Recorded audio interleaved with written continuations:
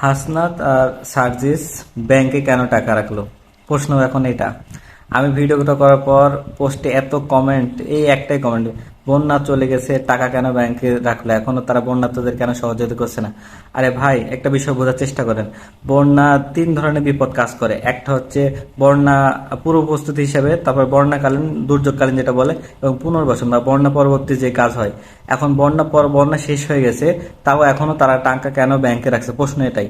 কিন্তু বিষয়টা একটু বোঝার চেষ্টা করেন যে বন্যা চলে যাওয়ার পরও কিন্তু অনেক সংগঠন বাংলাদেশে আছে। আসন্না ফাউন্ডেশন থেকে শুরু করে অনেক ফাউন্ডেশন আছে, এবং সরকারি বেসরকারি বিভিন্ন দাতা সংস্থা প্রতিষ্ঠান আছে।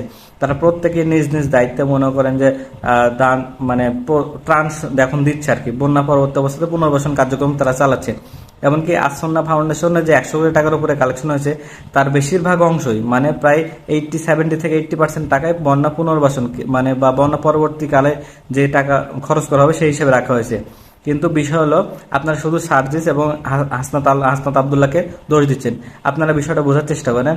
এখন ওনারা সবাই, যত সংস্থা আছে, যত দাতব্য প্রতিষ্ঠান আছে, যত ফাউন্ডেশন, সবাই এখন একযোগে তাদের সহযোগিতা করতেছে।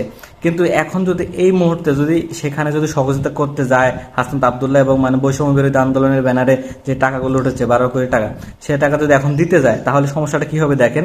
সবগুলো এক একজন ডাবল করে পাবে, আবার অনেকে পাবে না। এখন একটা একে একে ধাপে ধাপে যদি কাজ শেষ করা যায়, তাহলে বিষয়টা ভালো হবে।